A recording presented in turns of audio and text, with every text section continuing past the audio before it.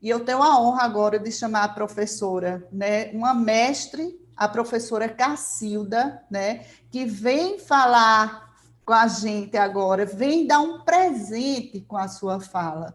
Realmente, hoje é um momento ímpar, um momento onde nós todos ganhamos esse presente hoje aqui de ouvir essas pessoas incríveis para a psicomotricidade no Brasil e no mundo, porque a participação, a história que essas pessoas têm com a psicomotricidade, ela faz parte do universo inteiro.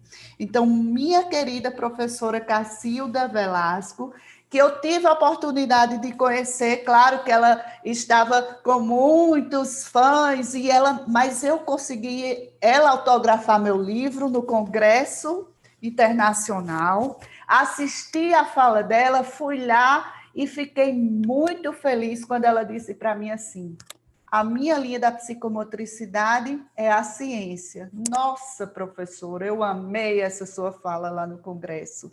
Então, com muito carinho, eu chamo a professora Cacilda Velasco, de São Paulo, já conhecida por todos nós. Ela vai falar sobre a psicomotricidade e o idoso. Ela é psicomotricista, psicopedagoga, né? Pedagoga, profissional de educação física, diretora do Instituto Velasco, que faz um trabalho lindíssimo em São Paulo, coordenadora de pós-graduação em gerontopsicomotricidade em São Paulo, e ela tem agora a palavra, né, a doce palavra da nossa querida professora Cacilda. Muita honra. O microfone. Eu estou assim, eu estava pensando, eu vou ser a última, porque nós estarmos em desenvolvimento, eu estou no final da história. Mas eu fiz um apanhadinho de cada palavra de cada um de vocês e vou reconstruir o que eu havia imaginado falar, porque realmente é uma surpresa. Existe, Ione, um ineditismo que você está abrindo hoje, que é algo que me conforta.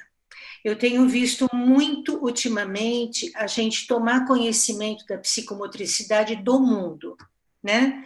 Por causa desta distância e dessa virtualidade facilitada pela pandemia, nós estamos tendo oportunidade de escutar pessoas da Dinamarca, de Portugal, de toda a América Latina, da Europa, mas você fez algo bem genuinamente brasileiro. E eu acho que isso é a minha primeira gratidão. Eu sou muito brasileira, apesar de toda a política negra que nós temos, eu sou muito bairrista, sou muito paulista e sou muito, como a Márcia acabou de dizer, a essência da psicomotricidade, porque ela é uma filosofia de vida. A partir do momento que a gente conhece a psicomotricidade, a gente não é mais a mesma pessoa. Então, eu fico muito grata da oportunidade de você abrir um espaço brasileiro de psicomotricidade. E com falas assim tão únicas, tão pessoais e profissionais, dentro dos seus guetos, dentro da sua especificidade. E eu estou me sentindo assim encantada. E acho que sou eu quem estou representando a minha idade, né? E eu queria dizer que a psicomotricidade não é só coisa de criança, e ela é de vida, né? Ela vai em frente. Então, eu vi na fala da Marta muito do Vitor, a filogênese, né? Ela praticamente descreve para a gente lá toda a nossa filogênese humana, toda aquela criação e todo o movimento que até nós nos colocarmos bípede, o quanto esse elemento cérebro é fundamental. Então, de cada um de vocês, eu consegui fazer uma pontezinha dentro da gerontopsicomotricidade.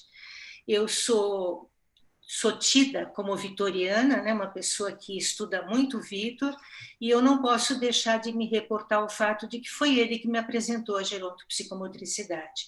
Em 1997, nós tivemos a oportunidade de trazê-lo em São Paulo, e ele deu o primeiro encontro sobre gerontopsicomotricidade. Era uma coisa tão nada falado, nada falado, que eu me sentia assim, nossa, mas ninguém está estudando isso, ninguém está falando disso. E achei fascinante. E comecei a utilizar como princípio o envelhecimento dos meus pais. E isso foi me apaixonando bastante. Então, eu sou da água, como a Renata, trabalhei a minha vida toda com psicomotricidade aquática, junto com deficientes, como o Tiago trabalha, talvez em solo, e agora, no meu atual momento de vida pessoal e profissional, eu estou assim realmente me aprofundando na ciência gerontopsicomotricidade. E eu encontrei em cada palavrinha de vocês muita afinidade. Isso significa a psicomotricidade é ciência de vida, sim, da vida toda, né?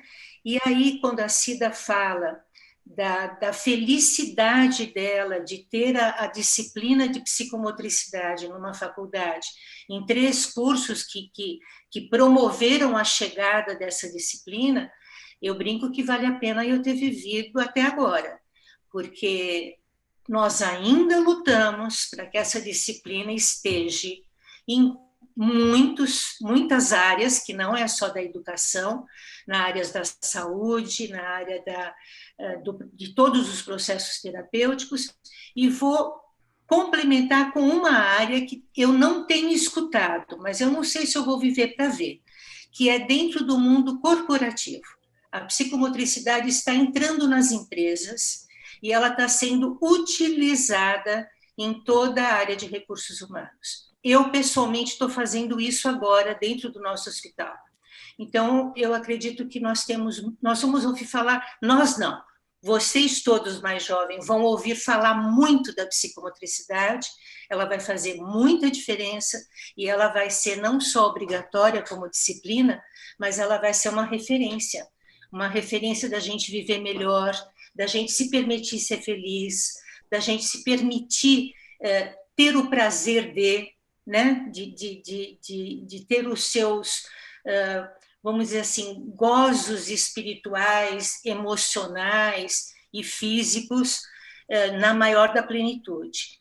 E aí a Kátia falou algo muito importante sobre o olhar, né, esse olhar psicomotor na escola, que me encanta muito. E com o idoso, nós deixamos de olhá-lo, deixamos de escutá-lo, ele vai ficando mais segregado do que ele já é dentro de uma sociedade como a nossa.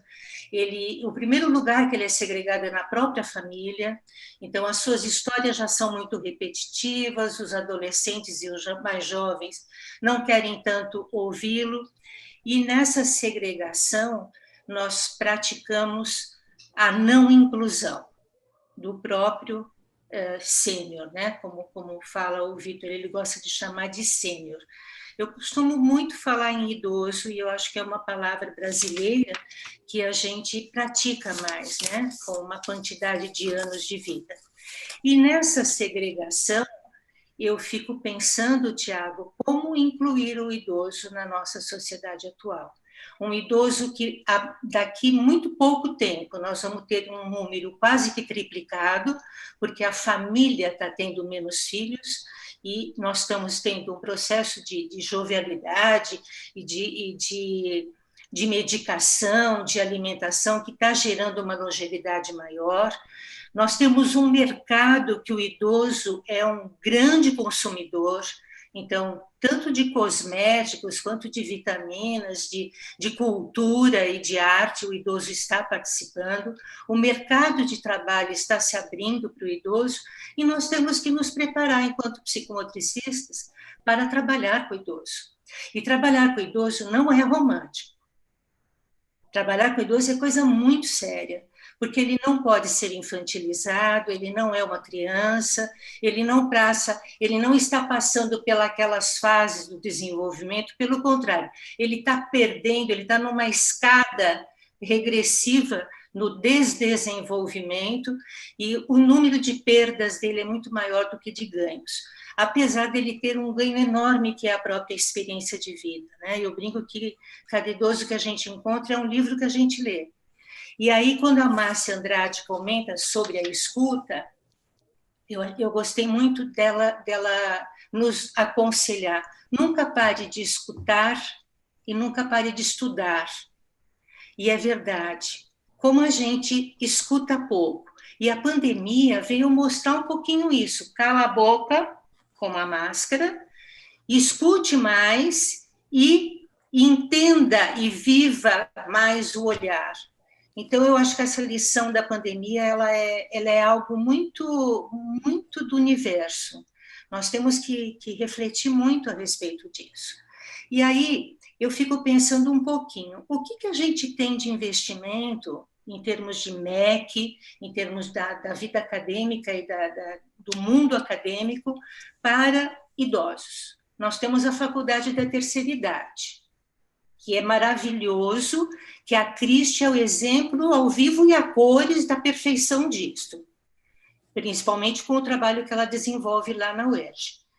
Agora, a gente tem um exemplo vivo aqui, gente, a Marta não poderia ser assim uma figura, para mim ela é minha ídola, porque o nível que ela tem de conhecimento em psicomotricidade, o nível de sanidade que ela preserva, de discernimento verbal e intelectual, mostra que a psicomotricidade nos faz jovens como a Marta.